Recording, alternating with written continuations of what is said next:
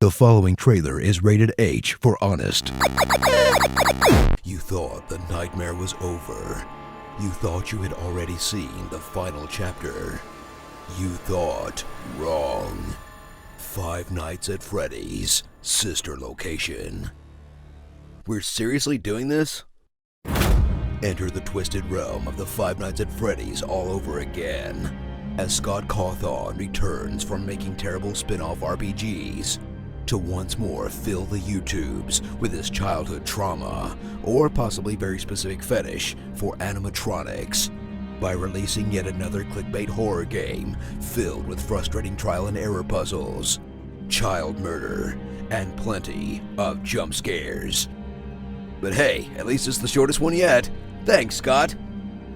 Stretch the limits of your suspension of disbelief as you enter yet another dank murder basement as a first-time employee, whose job is to maintain and fix the sentient Iron Maidens housed there, that have long since stopped looking kid-friendly and are clearly just walking slaughter caskets at this point, while they all try to scoop you open, rip you to pieces, and generally scare the crap out of you.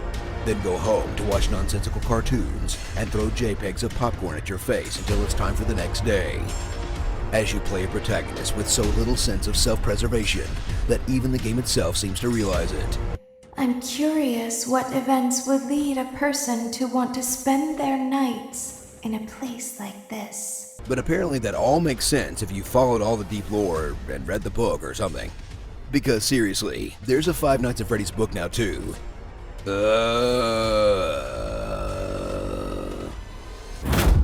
Play the game that fans are praising as revolutionizing the Freddy series, because the entire game doesn't take place in a single room for once. Then experience the changes that could have made for the most tense and skillful gameplay in the franchise, but just ends up as a series of one-off vignettes that feels like half-assed ideas, like shocking the robots, climbing through the vents, powering down the facility, powering up the robots' rooms, and sneaking with the flashlight. Then instead of bringing it all together into a full experience at the end, the game just takes you through once, and then dumps you into the bad ending where you're worn like a flesh suit. Innovation!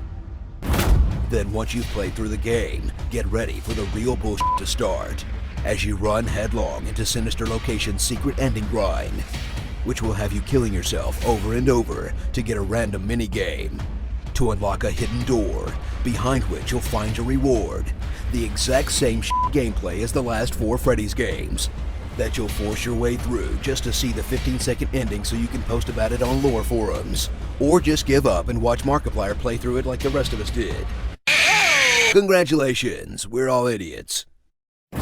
So get out your officially branded Freddy's merchandise, and get ready for the next obligatory entry in this series that you're already committed to for the long haul, because Cawthon's gonna pump these things out until jump scares stop working, which is never gonna every single time.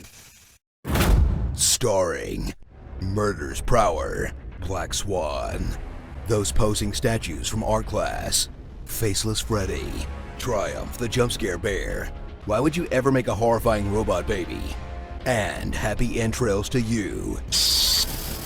Five Games at Freddy's, YouTube sensation. You know, I'd ask about the time period stuff and all the AI and whatnot, but honestly, I've totally given up at this point. At least this one was sort of funny. Thank you for selecting Casual Bongos.